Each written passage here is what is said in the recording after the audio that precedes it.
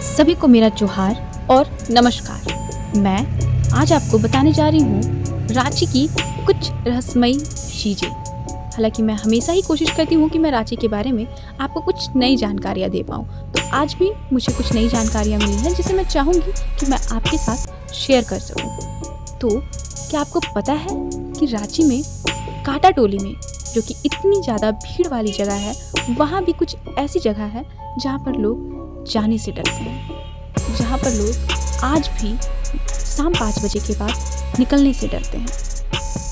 ये जो स्थान है ये काफ़ी पुराना है और यहाँ पर काफ़ी पुरानी यादें जुड़ी हुई हैं, जो कि मैं आपको इसमें विस्तार से बताना चाहूँगी कि ये जो जगह है वह एक कब्रिस्तान है। यह कब्रिस्तान पुराने हजारीबाग रोड पर है, जो रेलवे स्टेशन से लगभग 1.5 किलोमीटर दूर है। हालांकि आप सबको पता होगा कि यहाँ पर एक नया फ्लाईओवर बना है और ये जो है कांटा टोली में ही है। साथ ही साथ मैं आपको ये भी बताना चाहूँगी कि आज मैं आपको बताने जा रही हूँ कांटा टोली की उस कब्रिस्तान के बारे में जहाँ पर हम लोग जानते तो हैं कि वो कब्रिस्तान है, पर वो उसके बारे में पूरी डिटेल में हमें जानकारी नहीं है। तो आइए आप सबों को मैं इसके बारे में कुछ जानकारी देती हूँ, पर उससे पहले मेरी रिक्वेस्ट होगी कि जो भी चैनल पे नए हैं वो प्लीज़ सब्सक्राइब कर दें। तो यही है वो कब्रिस्तान जिसके बारे में आज हम बात करने वाले हैं। दिलचस्प बात यह है कि भारत के 8 विश्व युद्ध कब्रिस्तानों में से 5 पूर्वी राज्यों जैसे मणिपुर, नागालैंड, बंगाल, असम और हमारे राज्य झारखंड में स्थित रांची में है। यह इस क्षेत्र पर युद्ध के प्रभाव को दर्शाता है।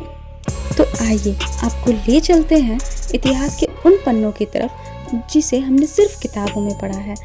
हमें इतिहास में वापस जाने की ज़रूरत है ताकि याद किया जा सके कि किस प्रकार 1942 यानी कि दूसरे विश्व युद्ध के दौरान भारत में दहशत की माहौल पैदा कर दी गई थी। यह वह माहौल था जब पूरे विश्व में एक डर का माहौल था और भारत के कई सैनिक बाहर युद्ध के लिए जा चुके थे। लगभग उसी समय रांची के पास रामगढ़ में एक गुप्त सैनिक प्रशिक्षण शिविर खोला गया था, जहां ब्रिटिश और अमेरिकी सेना के अधिकारी चीनी सैनिकों को प्रशिक्षण देते थे।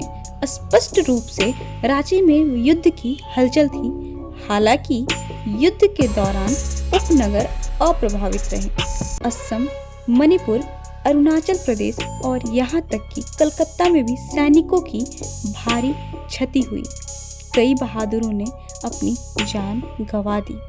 केवल कुछ ही को उचित अंतिम संस्कार मिल पाया, जबकि कई बुरी तरह क्षत विक्षत शवों के रूप में घर लौटे। यह समय का एक काला क्षण था। प्रथम विश्व युद्ध के अंत में किए गए काम की तरह राष्ट्रमंडल युद्ध कब्र आयोग ने दुनिया भर में सेना के कब्रिस्तानों का आयोजन शुरू कर दिया।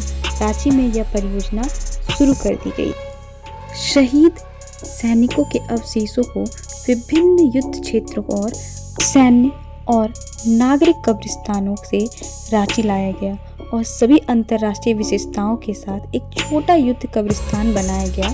यह स्थान अच्छी तरह से व्यवस्थित था और 1952 में आगंतुकों के लिए खोला गया था।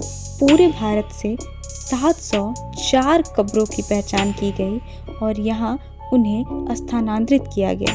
आज कब्रिस्तान में भारतीय सैनिकों की 51 कब्रें हैं, जिनमें से 4 बिहार रेजिमेंट की हैं। इस कब्रिस्तान में 3 गैर युद्ध कब्रें भी हैं। 12 अन्य नागरिक कब्रिस्तानों से 200 कब्रें हैं। हरा भरा खुला मैदान कब्रिस्तान को एक उदास सुंदरता प्रदान करता है।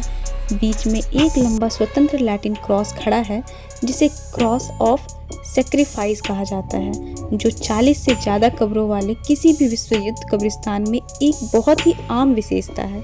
बलिदान के इस क्रॉस को रेजिनॉल्ड ब्लूमफील्ड ने डिज़ाइन किया था।